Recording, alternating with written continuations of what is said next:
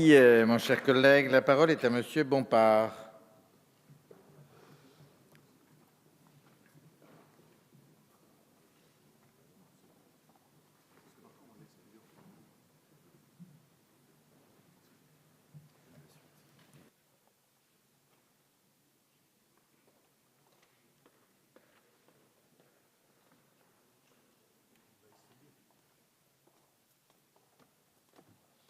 Merci, Monsieur le Président.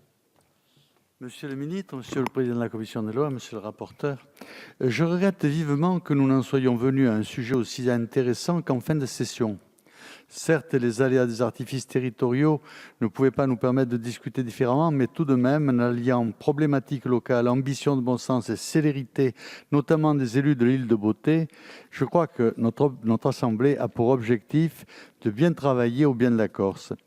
La collectivité de Corse est une œuvre d'unification territoriale. Elle rappelle que le peuple corse a le droit de présider, de faire entendre ses nuances et ses particularités au sein de la nation française. Si trop souvent, une définition idéologique et obèse de l'État ne venait pas contraindre cet état de fait, nous pourrions discuter paisiblement de ces sujets.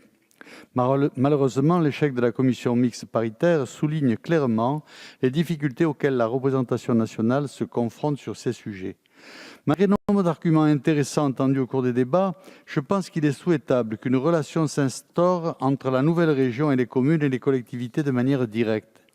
C'est là supprimer la strate tout à fait artificielle aujourd'hui qui est devenue le département. Ce fut d'ailleurs l'immense erreur de la loi NOTRe que de soutenir toujours plus avant les conseils départementaux plutôt que d'accroître partout en France l'influence des provinces et de multiplier les libertés communales et non de faire du centralisme délocalisé. Je pense à ces mots écrits en 1895.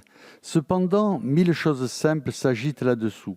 Des haines, des amours, des chocs de personnages très ordinaires.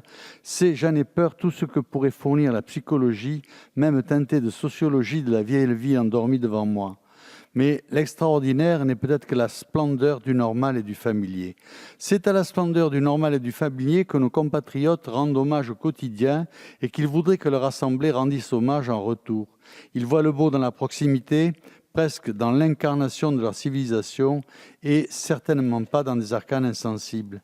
Que représentent les articles cités? À l'article 1er, il s'agit d'adapter la loi aux nouvelles dispositions du Conseil territorial de Corse. Celui-ci avait fait polémique parce qu'il osait être fier de sa langue et de son indépendance. Il est vrai qu'en comparaison aux minimes avancées de notre Chambre au sujet de la promotion des langues régionales, il y aurait de quoi envier Bastia et Ajaccio. Mais l'envie n'est pas une politique.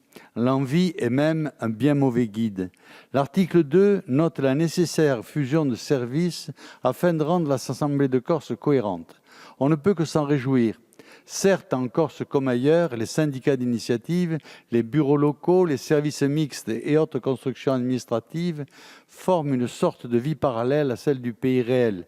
Une vie imperceptible pour nos concitoyens, mais où argent, pouvoir et prébende s'échangent allègrement sans aucune transparence réelle pour le public. Enfin, je suis ravi que les Corses puissent bénéficier de ces avancées. J'imagine que l'article 3 fait débat. Les partis politiques vont souvent primer les immédiatetés électorales sur le service du bien commun. Le gouvernement socialiste aussi. Toutefois, la tenue de ces élections semble nécessaire. Enfin, l'article 4 procède à une répartition financière tout à fait évidente. Je ne comprends absolument pas comment un pareil texte peut soulever autant d'opposition, encore que certains discours me l'ont fait mieux comprendre. C'est bien l'occasion de faire quelques pas en direction du localisme. Il est bien l'occasion d'acter quelques libertés dans la puissance de nos territoires à forte identité.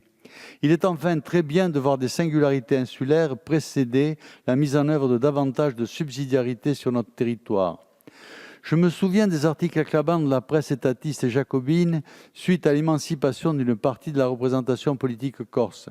Comme pour le Brexit et Donald Trump, des éditorialistes d'État, dans le sens où leur salaire est issu majoritairement de subventions publiques, ont évalué des fantasmes de réveil raciste et autres. Quelles ne furent pas d'ailleurs les élucubrations après les événements de Cisco ou encore les assemblées spontanées de solidarité avec les pompiers après que ces derniers avaient été